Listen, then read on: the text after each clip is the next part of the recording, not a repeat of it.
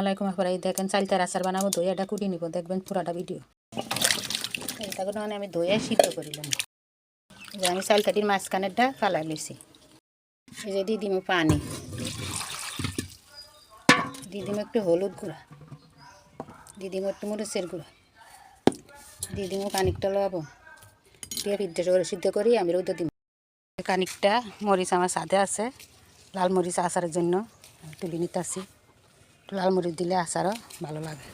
লাল মরিচ পাঁচ ফোড়ন লইছে অল্প কোয়া, সর্ষে লইছে, সর্ষেগুলো আগে ধুয়ে রাখছিলাম আমি, দুই পদের কালো সাদা, কটা লাল মরিচ সাথে তুলটাইছি দেখাইছি আপনি করে। এটা বাড়ি আমি আচারে দিব, চালটাটারে আমি রোদে দিব মরিচগুলা আর পাঁচ ফোড়নগুলা বাড়ি চালটাটা রোদে দিব। এই যে দেখেন চালটাগুলো সিদ্ধ করে লেছি হলুদ টলুদ দিয়ে, এই যে নরম হয়েছে কিরকম দেখছেন। আচারের গ্যারান কিন্তু বাড়ি গেছে, সর্ষে দিয়ে মরিচ দিয়ে মাখছি, আচারের গ্যারান বাড়ি গেছে। এটা একটা টেস্ট, আপনার আচার বানাইতে দিবি আপনার ঘরে মানুষে খাইতে দিবি না। এই যে আপনারা দেখেন আমি এখন একটা একটা করে চেঁচি নিব ভালো করে, রোদে শুকাইছিলাম। এই যে আপনারা তেল বসাইছি, মিডাই আর চালটা একসাথে করে চেঁচি দিয়েছি। এই তেতে রসা দিব, আর এই যে সব পুরন জিরা আদা হলুদ সরিষা বাটা মরিচ বাটা এলাচ দারচিনি বিট লবণ সাধারণ লবণ সব লই লইছি একসাথে, সবটা আমি করে দেখাবো। তো দেখবেন আমার পুরোটা ভিডিও। এই যে সব চালটা আর মিটাই দিয়ে দিচ্ছি, সব দিন দিয়ে একসাথে মাখানো।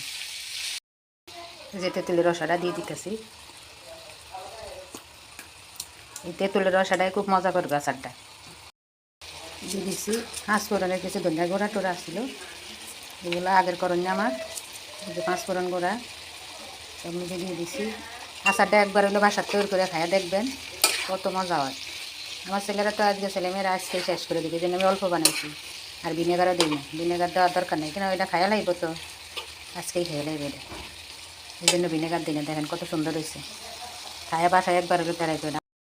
এই যে আমার আচারটা হয়ে গেছে, কারো লাগলে অর্ডার করতে পারেন, এরকম একটা সুস্বাদু আচার খাওয়ার জন্য।